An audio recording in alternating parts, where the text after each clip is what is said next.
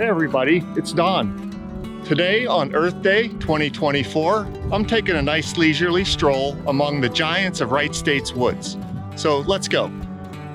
I've done a couple episodes now in Wright State's woods, and today I thought I'd do another one that looks at our trees because it's still early enough that the trees haven't fully leafed out, so we could really appreciate their trunks, their canopies, and their size before everything fills out and makes it very difficult to see. So I'll take a look at about 5 or 6 special trees in a part of our woods that are considered the old growth part of the woods at Wright State University. I'm in and near a 15-acre conservation easement that we have on the woods here. But we have about 225 total acres beyond, in total. All right. So the goal today is just to take a stroll through a portion of our woods that's in the vicinity of the Nutter Center, if you're familiar with Wright State University, and take a look at some of our tree highlights in this particular area, because there are some giants. And I'm not talking about Bigfoot. So here's one right off the bat. All right, so I have my trusty diameter tape with me today, and I have gone around and measured these trees, the ones that I'll point out to you already. So I won't bore you with that on camera, but just to remind you what that thing looks like. This is one right here. This is called Stevens Whiteface. Okay, and it's a tape that basically you wrap around the tree trunk at breast height, which is considered to be 4.5 feet above the ground. And you measure the circumference of the tree. And then from that, you can calculate the diameter of the tree. This tape will calculate that diameter for you automatically. So it reports to you inches diameter of the tree based on its circumference. So we'll start out with this one. This one I've shown innumerable times, this species on this series. And this is white oak, Quercus alba. And this is a nice one. This is about 42 inches in diameter. A little, about 3.5 feet in diameter. This is a perfectly healthy tree. Really, I don't see any sign, at least at the base, of any hollowing or anything. That doesn't mean there isn't some hollow spots inside that tree. But again, as I've said innumerable times, trees can stand for a long time, even if they are hollow inside. So that's one of our more impressive white oaks. We have some larger than that, okay, but that's a nice one. Okay, in this part of the woods, by the way, out in the distance a little bit, you can see one of the problems we have in our woods. That's Amur honeysuckle, Lonicera macchii, that stuff that's leafed out, well leafed out already. That's an invasive species, and that really dominates the edges of our woods and in certain parts of the interior of our woods. There you can see it's denser over there. But in this area of the old growth woods, you see it's a lot less dense. And that's partly because of the high canopy and the shade that we have here. That invasive species likes light. It does well in moderate to high light conditions, and it cannot tolerate deep shade very well. So here's Lonicera macchii with some flower buds. Okay, you can see its opposite leaf arrangement. And one of the best defenses against Lonicera macchii is shade. That is, if you can't come in and cut it down and kill it. And so this area that you see in front of me is quite open. It almost has a park-like feel. That's because it's quite shady in here in the summer. And there are honeysuckles trying to get started in here. But actually, deer do browse these a little bit. They have browsed these back a little bit. And some deer browsing, which is also a problem in these woods, coupled with the heavy shade, it's kept it under check in this particular area. But that's not the case for the entire woods. Right in front of me are a few more impressive trees. Here's a nice white oak, another one. You notice this one's tagged. That means this tree is part of a long-running, long-term study by Dr. Jim Runkle, a professor emeritus at Wright State University, who has several plots in our woods and in several other parts of the world where he's done a long-term monitoring of tree dynamics in forests. And so that's tree number 841. And Jim could tell you the history of that tree for probably at least the last 40 years. Okay, and it's still here. It's still in the study. It'll be in the study even if it dies and becomes a snag, because that's important to Jim and forest dynamics as well. Right next to it, we have a nice impressive sugar maple. I guess I did not measure this tree, but this tree looks to be about 2 feet in diameter, maybe 2.5 feet in diameter. Okay, I always try to guess ages. This sugar maple is likely younger, quite a bit younger than this white oak, of somewhat comparable size. This white oak at its diameter is probably 200 to 250. And that sugar maple is probably 150 if I had to just simply guess. Okay, but those are guesses. There's a lot of things that go into variation in age. That big one that we started out with over there, that could be 300 to 350 or so. Okay, again, this is old growth woods. People have been in this area for thousands of years, but I mean more intensely farming and occupying this area for hundreds. But this area was relatively unscathed, and so these trees are quite old, a lot older than you might believe for this area. Okay, more sugar maples. Here's a sugar maple with a nice flaring base. That one has a few problems inside, I can see. All right, now, as I look around at all these impressive trees, there's a nice white oak in front of me, and these trees, by the way, are just starting to leaf out. They're not quite leafed out enough that you can recognize them by the leaves yet, but what you do is look at dead leaves near and under trees, you look at the bark, you look at the branching structure, any seeds that you might find, nuts. All those things are how you ID plants in the kind of the off season without any real noticeable leaves. But in a larger picture, okay, I'm showing you lots of large trees. I think you can see this now in the distance. There's a big dead member of what we call the coarse woody debris when you go way back. Okay, a dead tree contributing to the forest floor. That's all throughout here. What's lacking, however, are young oak trees, okay? And, well, really young trees of many species, except for one, and that are these trees. These are the sugar maples, okay? The young of the sugar maples, these younger trees. Almost, in my view here, almost any younger tree that I'm seeing outside of those honeysuckles out there is a sugar maple. That means the oaks are missing. There's no oak seedlings. This floor is carpeted with maple seedlings, okay? But it's missing oak seedlings. And that's, these oaks make acorns. That's an issue. Lack of regeneration of oaks. And that's caused by a number of factors. Deer is a big one. Deer browsing on the young trees, eating the acorns, basically putting a kibosh on the next generation of oaks to come in here. Several generations of oaks are missing, in fact, from these big ones. Maybe lack of fire, okay, which is an important natural phenomenon that affects forest dynamics and, of course, prairie dynamics. The ongoing mesification of the Midwest and Northeast. It's actually getting moister in these areas. That favors certain species like maple over oaks, like white oak, that like drier soils. It's a complicated problem. It's tough to solve, but as you can see here, just in visually alone, oaks are sort of absent from the next generations. There's plenty of big ones, but very few little ones, and that's a problem. But nonetheless, I don't want to make this this day about the sad things going on out there. I'd rather show you some of these tree highlights and appreciate those things.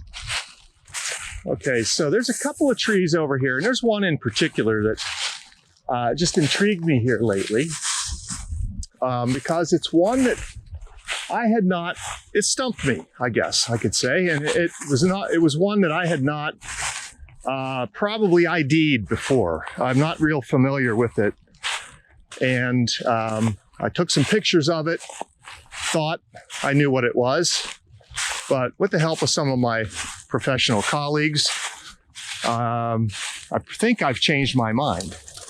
So we're going to get over to it here in just a second. Once I wind my way through the honeysuckle maze here, I'm getting close to the edge of the woods right here. Here's our Ohio State tree, by the way. Okay, that one is fully leafed out because it's a very early leafer. That's Ohio Buckeye. Okay, with palmately compound leaves. All right, that's our state tree. There are quite a few of those, and there's a quite large one over in that distance in these woods. Okay, but let me keep working my way. This will give you a feel of some of the variation and you can experience here. By the way, speaking of deer, I just saw one sort of wandering around on its own. Okay, and this tree that I'm going to show you that I'm going to talk through the ID with you was a new one. It's one of our large ones. I was drawn to it because of its size, first of all. Okay, so here I'm just at the edge of the woods. Those of you who know Wright State, that's Wright State's Nutter Center. That's where the basketball team plays and concerts are held and all that sort of stuff. This is the back end. So I'm on the northwest side of the Nutter Center. Okay, so you can see how close these monster trees are to the general public. And this is a state university. The general public is allowed to visit these woods. And we have a trail system. I'm obviously off that right now. It's wise to stay on the trails because it's just kind of difficult to walk if you don't. But nonetheless, here's one of the highlights I found here recently. Okay, this monster. Okay, this tree, I'm going to get it on camera here in just a second, is one that just struck me as interesting for a number of reasons, both its size and the combination of characteristics that sort of fooled me a little bit. Like I said, this tree I identify it right away as a hickory. So first of all, it's one of the hickories. Okay, and I did that based on those bark characteristics here. It is just starting to leaf out. There are some leaves expanding up there, but they're not fully expanded yet.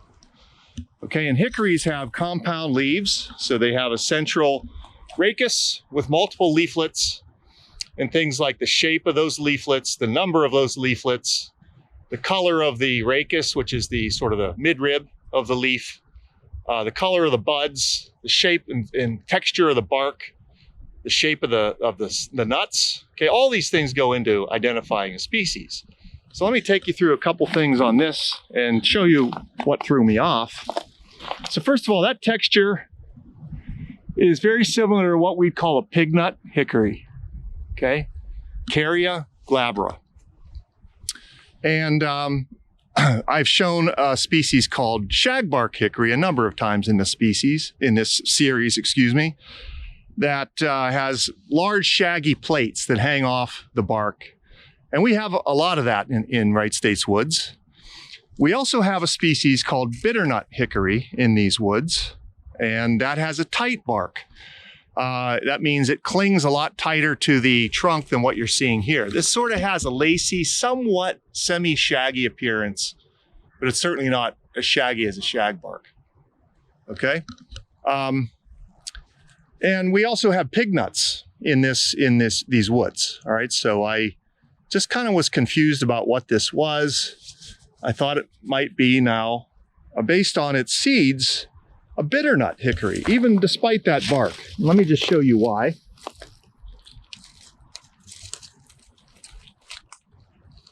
Okay, and what I'm doing here is, you look around to see what's underneath this tree. Okay, and there are nuts from last fall. scattered around. There's a walnut, okay, but there's a number of the seeds that presumably came off of this tree. All right. And as you can see, these are largely round. Okay, they have husks. They're pretty thin. They're dark brown. And they cling to the seed inside quite a bit. Here's a seed that's been freed, or the nut, excuse me, that's been freed of the husk. All right. And it's fairly smooth. There's some lines on it. All these sorts of things matter. Okay. But then, of course, these husks, thin husks, seem to cling to that nut quite tightly. Okay. So those to me. And there are some things about the texture at the seams that appeared to be raised to me. That's a bitternut kind of characteristic. Okay, so I initially thought this might be a bitternut hickory with just an odd bark. Okay, and that's kind of what I thought it was at first. But which is I know to exist in our woods. The other thing, then it became, well, maybe this is just a pig nut. And, I'll have to come back and take a closer look at the leaves once they fully expand, which is true. I still want to do that. But let me show you the difference in the nut shape and size of a pig nut. So here's a pig nut hickory, okay, which I found about 200 yards away from here. Okay, and just the shape of that husk alone, you can see that these are oblong or obovate, sort of pear-shaped seeds. They're bigger than what I just showed you on average. Okay, and so those are the seeds, nuts, and husks of a pig nut hickory, Carya glabra. All right, well, it turns out, upon the suggestion of some of my colleagues, there's a plane flying overhead, that this is probably a species called red hickory or sweet pignut hickory. And that is Carya ovalis. And that's based on these seeds, these nuts that look quite a bit like bitter nuts, but the bark that looks quite a bit like pignut. What's really going to be telling, though, is the color of the twigs and the buds of this tree, which I cannot see. I did bring binoculars. I'm not looking at birds. I'm actually looking at trees that are way up where the only leaves you can see are way up in the sky. So I'll come back to confirm that at another time. Unfortunately, I can find no small ones nearby to confirm this with. So for now, I'm putting a tentative ID on this of red hickory or sweet pignut hickory. And that's a new one for me. I've never keyed that out before. This is also a large one. The diameter in inches of this one is 132 inches in diameter. And to give you an idea, the diameter of the state champion red hickory is about 150 inches in diameter. So this is not far off. That's a reasonable distance, but it's not too far away from the state champ. So that's a particularly notable tree for Wright State. And I will look around now that I think I know what this is and see if we have more of these or how many more of these we have. Because we certainly have pig nuts, we certainly have bitter nuts, we certainly have shagbark hickory in these woods. This would make at least a fourth species. So that's a cool tree to say we have, and it's a monster. Okay, that's one of our giants. All right, I'm gonna keep walking, just keep this thing running, because there's a few other giants in this vicinity. Again, pardon the noise in the background. I'm near highways and streets and things, so we're really not too far. We're in the suburbs essentially here. That's what kind of makes this place extra special, is to have woods like this and with old growth trees that are 300 years old or so, right next to town. Okay, with easy access to local neighborhoods and the school. So that's a point of pride for Wright State University. Here's a pretty big northern red oak. I'm not going to pause on this one for too long, just to give you an idea. That's about a 3-foot diameter tree, 36 inches in diameter. But there are some bigger ones of those I want to show you. Okay, I'm crawling back into a spot where it's a little bit more infested by honeysuckle. Oh, here's a shagbark while we're at it. Again, I've talked about these trees repeatedly in the series, but it's always fun to look at. Every one's a little bit different. Some are less shaggy, some are more shaggy. This one's kind of intermediate. Those are long-lived, slow-growing trees. So that was not among the biggest I've ever seen, but it's likely a quite old tree. In past episodes too, I've talked about how bats will roost up underneath these plates sometimes. I haven't seen that yet, okay, but there are certain tree roosting bats that will hide up underneath these bark, these shaggy bark extensions during the day. So, no luck today. Okay, over here, I might as well point this tree out to you. We have a lot of big walnuts, black walnuts in our woods as well. So this one's black walnut. That one, to me, bark alone is really easy to identify. It also has compound leaves, has very thick twigs. If you look up in the sky, the twigs are very thick right out to the tip. And it has a really dark and blocky bark. That dark bark, I think almost a purplish brown, is, I think, quite characteristic. And so that's black walnut. We have plenty of those around here. Okay, but I'm still working my way back to a couple of champs I want to point out to you. Local champs, at least. Gotta watch where my feet go so I don't fall down on camera. That'll go for the blooper reel.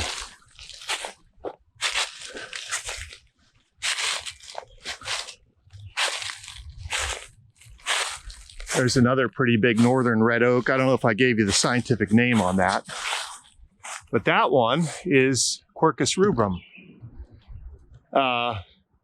And that one, based on what I saw at the base, had a honeybee nest in it last year. Let me go see if I can find remnants of that. Yeah. So this one is a little bit worse off. See, there's some hollows up there. There's some nice honeycomb right there. There's no honey in this one. That's wax. That's what you make beeswax from right there. Okay, and the fact that it's all been pulled out here, I think you can see some more of it there, suggests that something climbed up there wherever the nest was in one of those hollows up there and tore it apart. That could be a number of things. Squirrels, raccoons. We don't have bears here, but bears would do that kind of thing. My guess would be raccoons probably, but squirrels, even probably some birds, maybe like woodpeckers might do that. So anyhow, that was a honeybee tree.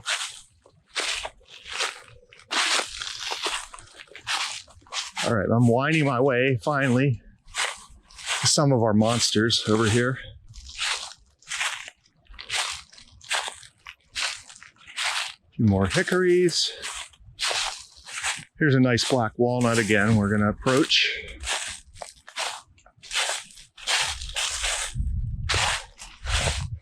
It's a very comfortable spring day today. It's about 60 degrees. We had a string of exceptionally warm days in the 80s, which, although people enjoy that this time of year, is way too warm for where we are located. All right, so there's a nice big black walnut.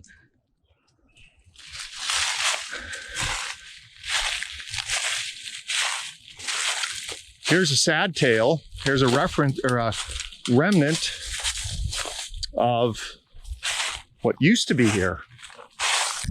So that was undoubtedly a white ash that's been killed by emerald ash borer. And that has wreaked havoc through these woods and killed basically all the white and green ashes we had in the woods of any size, leaving only blue ash behind. Something I've talked about, which appears to be less attractive to the beetle for it to lay its eggs on, and a little more resistant to the larvae when they try to feed.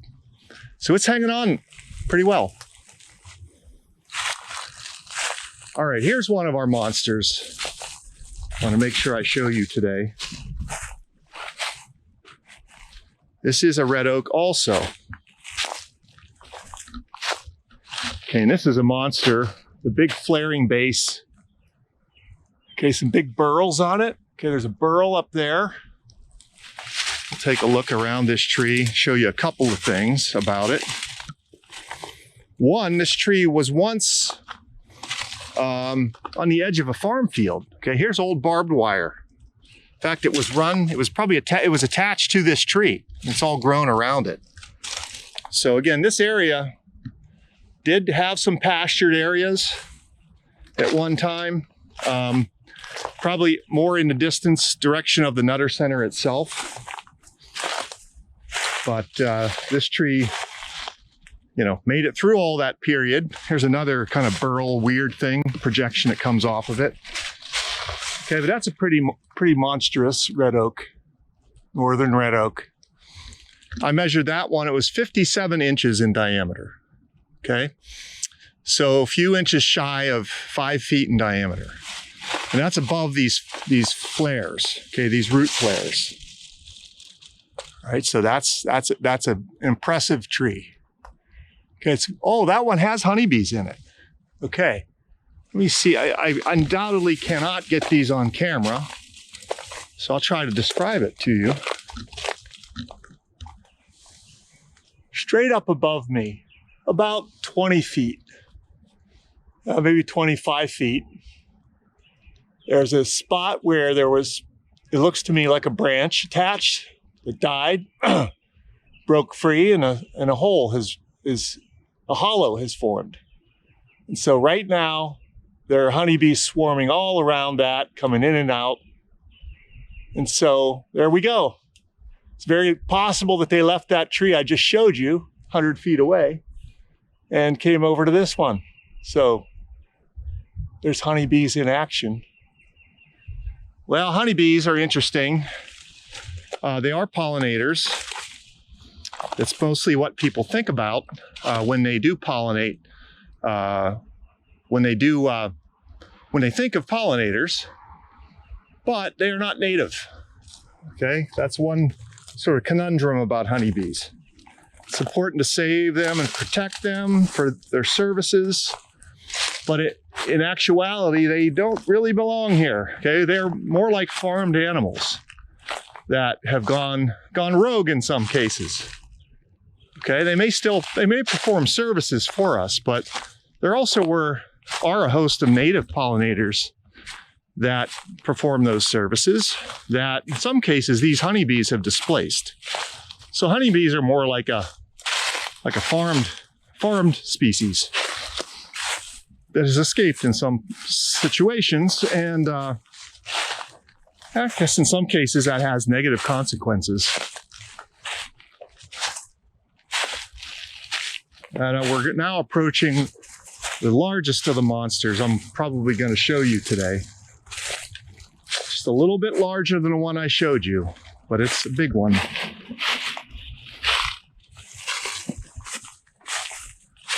Okay, I wound my way through the honeysuckles. You can see this is one of our access trails here. Okay, and that's this monster. Okay, this is another northern red oak. When I measured it earlier, it was 58 inches in diameter. It has a mighty root flare there, so that might vary a little bit by where you place it. But again, just shy of 5 feet, and that's the biggest one I measured today. it may be among the bigger trees in our entire woods. So it's right along the trail, just a little bit northwest of the Nutter Center. Has a couple of little sugar maples growing near it. All right, but impressive.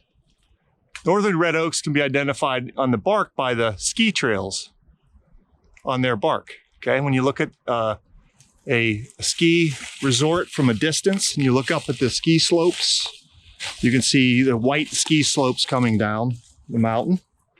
That's what the bark, particularly the upper bark of a northern red oak, looks like.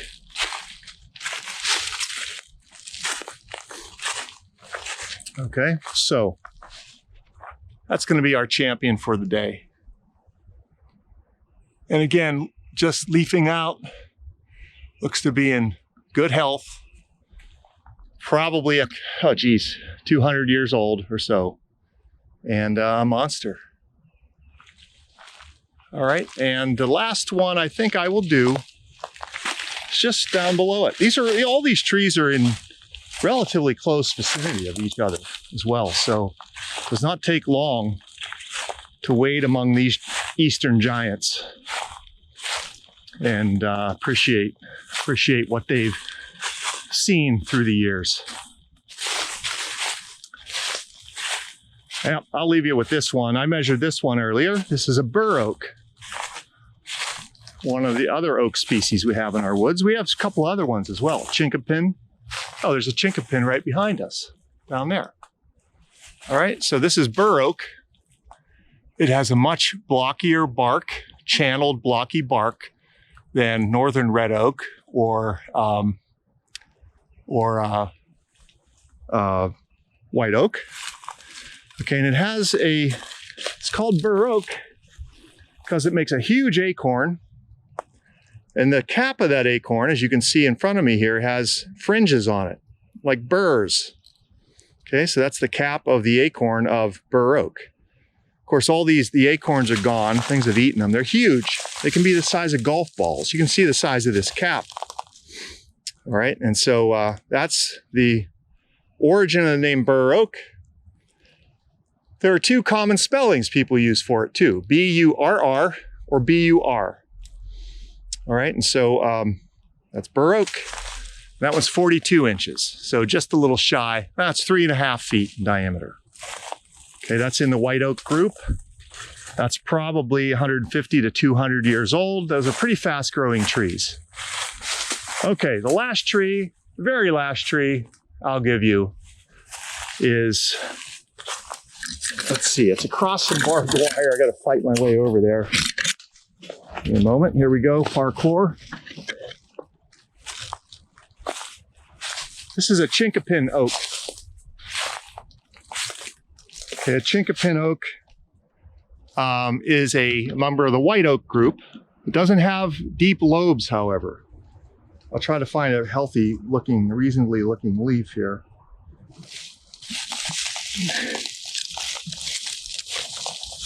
I know that's kind of tough to see. That's difficult, impossible to see, not just tough. Here's another one. That one's rolled up too. Well, I can't find any good leaves of this, but the bark is distinct among the other oaks. It has a very light grayish bark. It's kind of scaly. I'd say it's the most scaly with the smallest little bark segments to it. Okay, so there is a chinkapin oak. That's a kind of an oak that prefers limestone soils, which is what we have around here. All right, so I think that's where we're going to conclude things for today.